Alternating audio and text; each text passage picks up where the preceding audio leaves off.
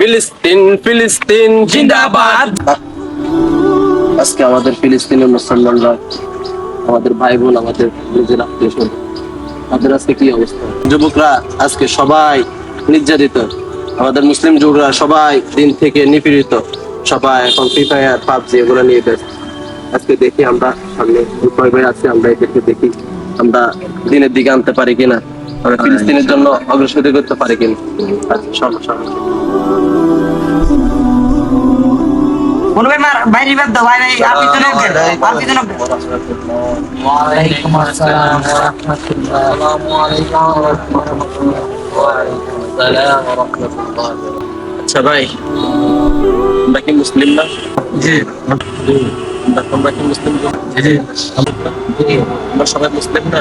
আমাদের পুরা মুসলিম জাতি হচ্ছে একটা দেহের মতো। যেটা আমাদের একটা দেহের মধ্যে আঘাত লাগলে পুরা দেহের মধ্যে আমাদের আঘাত যে কষ্টটা, ওই কষ্ট আমরা পাই। সেরকম ভাবে পুরা মুসলিম জাতি হচ্ছে আমরা একটা দেহের মতো। আজকে দেখেন ভাই, আমাদের ফিলিস্তিন মুসলমান ভাই বোনেরা, তারা আজকে নির্যাতিত, নিপীড়িত, তারা আজকে খাওয়া পাইতেছে না, থাকা পাইতেছে না, তারা আজকে অনেক নির্যাতিত। এটা তো আপনারা এই যে মোবাইল, ফেসবুক, ইউটিউব সবগুলোতেই দেখেন। তারপরও আমাদের মুসলিম যুবকরা আজকে দেখেন, আপনারাও ফ্রি ফায়ার, পাবজি এগুলো নিয়ে আপনারা ব্যস্ত, আপনারা খেলাধুলা নিয়ে ব্যস্ত।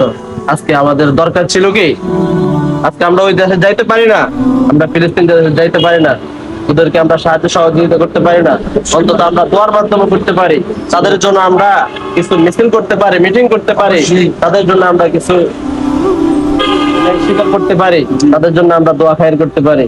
অন্তত এতটুকু আমাদের জন্য কর্তব্য, যতটুকু আমরা পারবো ততটুকু আমরা করতে পারার জন্য আমাদের চেষ্টা করতে হবে।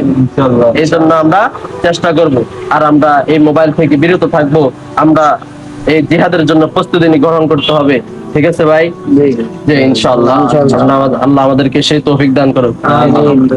নারে তাকবীর, আল্লাহু আকবার। ফিলিস্তিন ফিলিস্তিন জিন্দাবাদ জিন্দাবাদ ফিলিস্তিন ফিলিস্তিন জিন্দাবাদ জিন্দাবাদ